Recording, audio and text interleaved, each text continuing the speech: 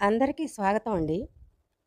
ఒకదాని వెంట ఒకటిగా ఈ మధ్య అనారోగ్యంగా ఉండడంతో వారంలో పెట్టే 3 వీడియోలు కూడా సకాలంలో పెట్టలేకపోతున్నాను.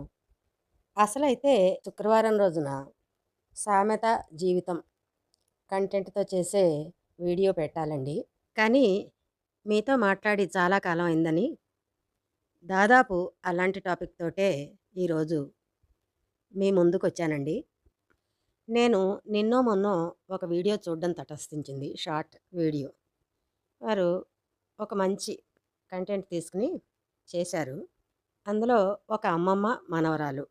మనవరాలు అమ్మమ్మని కావలించుకుని, "అమ్మమ్మ నువ్వంటేనే నాకిష్టం. మా అమ్మ నీ గురించి చాలా మంచిగా చెప్తూ ఉంటుంది. మా నాయనమ్మ ఎప్పుడూ మా ఇంట్లోనే ఉంటుంది. నాకస్సలు ఇష్టం ఉండదు మా నాయనమ్మంటే. మా అమ్మ నీ గురించి మంచిగా చెప్తుంది కాబట్టి నాకు నువ్వంటే ఎంతో ఇష్టం." ఇది దాని సారాంశం అండి. కాకపోతే ఇందులో తల్లిగారు సంస్కారవంతంగా వెంటనే కూతురికి ఫోన్ చేసి, "నువ్వు పిల్లలకి ఇలా చెప్తే ఎలాగా? మీ అత్తగారు వాళ్ళు నిన్ను బాగా చూసుకోబట్టే కదా నువ్వు చక్కగా కాపురం చేసుకోగలుగుతున్నావు. ఏదన్నా సరిదిద్దాల్సిందుంటే చెప్తారు. అంత మాత్రం చేత అలా చెప్తే ఎలాగని" మందలిస్తుంది కూతుర్ని ఆ క్యారెక్టర్. తర్వాత వారు ఇది ఎవరిని ఉద్దేశించి కాదు అని పెట్టారు కింద క్యాప్షన్‌లో. ఇది చాలా సహజంగా జరిగే లోకరీతండి ఎక్కువగా. కొన్నేళ్ల క్రితం ఒక ఇద్దరు మాట్లాడుకుంటున్నారు. మనకి అమ్మమ్మల ఇంటికి, నానమ్మల ఇంటికి వెళ్ళాలంటే, మనకి అమ్మమ్మల ఇంటికెళ్ళడానికే ఇంట్రెస్ట్ ఉంటుంది కదా! అని. అది విన్నప్పుడే నాకు ఏమిటి ఇందులో తేడా అనేది అనిపిస్తూ ఉండేది. పెద్దవుతున్న కొద్దీ కొంత కొంత మనస్తత్వాలు పరిశీలించడంలో అర్థమవుతూ ఉంటాయి.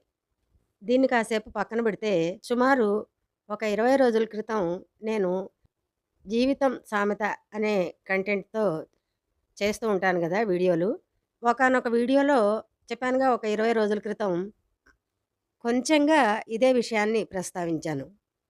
కుటుంబాల్లో సాధారణంగా తల్లిదండ్రులు, పెద్దవాళ్ళు ఎవరైతే ఉన్నారో తాత, నాయనమ్మ లేదా అమ్మమ్మ, తాత వాళ్ళ గురించి ఎవరి గురించైతే పాజిటివ్‌గా మాట్లాడుకుంటారో, పాజిటివ్‌గా ప్రవర్తిస్తారో పిల్లలు వారి మీద ప్రేమతో, గౌరవంతో ఉంటారు. ఎవరి గురించైతే ఈ జంటల్లో తాత, నాయనమ్మ, అమ్మమ్మ, తాత వాళ్ళు తల్లిదండ్రులు కొంచెం నెగెటివ్‌గా ప్రవర్తిస్తారో, మాట్లాడుకుంటారో, అది విన్న పిల్లల మీద తప్పకుండా ప్రభావం చూపిస్తుందండి మన కుటుంబాల్లో. పిల్లల్ని పెద్దవాళ్ళ గురించి ఆరాలు తీయడం చాటుగా. అప్పుడు నాయనమ్మ ఏముంది? ఏం చేసింది నాయనమ్మ? ఫలానప్పుడు ఏమన్నారు? ఏం మాట్లాడుకున్నారు? ఏం చేశారు? లేకపోతే అమ్మమ్మ ఏమంది? నన్నేమన్నా అందా? నా గురించి ఏమన్నా మాట్లాడుతోందా? నా గురించి ఏమన్నా చెప్తున్నారా వీళ్ళు? అని ఎవరి గురించైనా సరే, ఆ పెద్దవాళ్ళ గురించి ఈ తల్లులు ముఖ్యంగా తల్లులదెక్కువ పాత్ర ఉంటుందండి ఇందులో. ఆ తల్లులు ఆరా తీస్తుంటే ఆటోమేటిక్‌గా ఆ చిన్న బుర్రలకి ఆహా! వీళ్ళంటే అమ్మకిష్టం. కాబట్టి మంచిగా చెప్పాలి. వీళ్ళంటే అమ్మకి ఇష్టం లేదు. కాబట్టి మనం ఎలాగైనా ఏదైనా చెప్పొచ్చు. అనేది వాళ్ళకి ఆ చిన్నతనంలోనే అర్థమైపోతుంది. పిల్లలు తెలివిగల వాళ్ళండోయ్! మనం వాళ్ళని సామాన్యంగా అంచనా వేయడానికి వీల్లేదు. కొన్ని కుటుంబాల్లో ఈ అత్తగారులు కూడా ధార్ష్టికం చేయడం, అతిగా ప్రవర్తించడం వల్ల కూడా ఈ కోడళ్ళు ఎదురు తిరగడం అనేదొస్తుంది.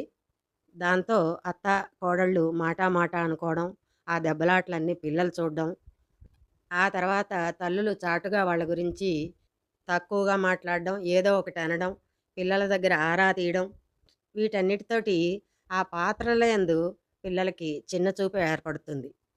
సాధారణంగా ఈ కోడలుగా వచ్చిన పిల్లకి పుట్టింటి మమకారం ఉండడం, తల్లులంటే ఇష్టం ఉండడం, తల్లుల గురించి మంచిగా నూరిపోయడం, నాయనమ్మల గురించి సహజంగా ఉంటుంది గదా తేడాలు. దాంతో పిల్లలు చక్కగా ఎలా తయారవ్వాలో వాళ్ళ యందు అలాగే తయారవుతారు. అయితే కొన్ని కొన్ని కేసుల్లో దీనికి రివర్స్‌లో కూడా ఉంటుందండోయ్! అమ్మమ్మ, తాతల మీద కూడా నూరిపోసే కేసులు గూడా ఉంటాయి. ఎందుకు అంటే పెద్దవాళ్ళ పాత్ర కొన్ని విషయాల్లో ఉంటే, పెద్దవాళ్ళ పాత్ర లేకపోయినా కూడా నచ్చకపోవడం ఒకటుంటుంది. అమ్మాయినా, అత్తయినా కొంచెం సూటిగా మాట్లాడేదైతే, "ఇది ఇలా ఎందుకు చేశావు? ఇలా మాట్లాడుతున్నావేమిటి? ఇది కాదు కదా చేయాల్సింది.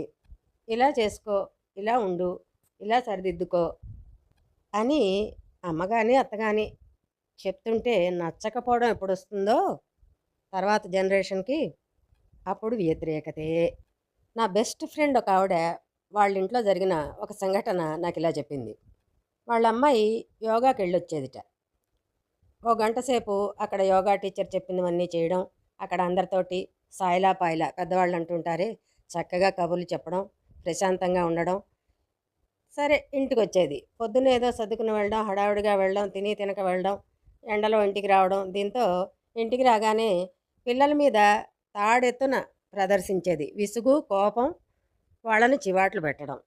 చూసి చూసి వాళ్ళ అమ్మ అడిగిందిట. "నువ్వు యోగాకి ఎందుకు పెడుతున్నావు?" అని అడిగిందిట. ప్రశాంతంగా ఉండడానికి, మనసు కంట్రోల్‌లో ఉండి ప్రశాంతంగా ఉంటే ఆరోగ్యవంతంగా ఉంటాం కాబట్టి అని ఇలాంటి కారణాలేవో చెప్పిందిట.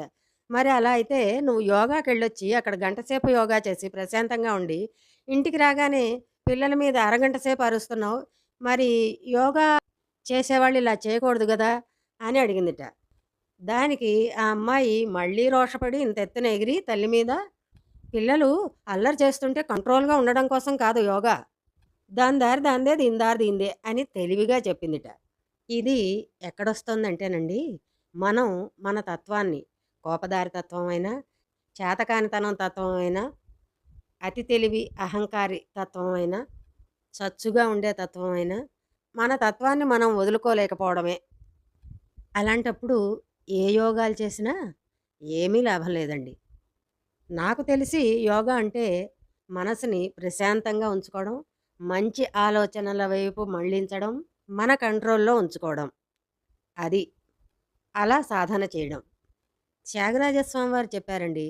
మనసు స్వాధీనమైన ఆ ఘనునకి మరి మంత్రతంత్రములేలా అని. పెద్దలెప్పుడైనా మంచి మాట కరెక్ట్‌గానే చెప్తారండి. అది అర్థం చేసుకొని వాళ్ళు, మిడిసిపడేవాళ్ళు రకరకాలుగా ఇప్పుడు ఈ యోగాల్లాంటివి కొన్ని కొన్ని పూజలు, పునస్కారాలు, వ్రతాలు, నోములు ఇవన్నీ గూడా రకరకాలుగా ప్రచారం అయిపోతున్నాయి జనంలో. అందులో ఈ సోషల్ మీడియా వచ్చాకనండి మరీ ఘోరం అయిపోయింది. సరే ఎక్కడో మొదలుపెట్టి ఎక్కడో ముగించడం జరుగుతోంది. ఎల్లుండి ఆదివారం ఒక మంచి కథతో మళ్ళీ కలుద్దామండి. అంతవరకు సెలవు.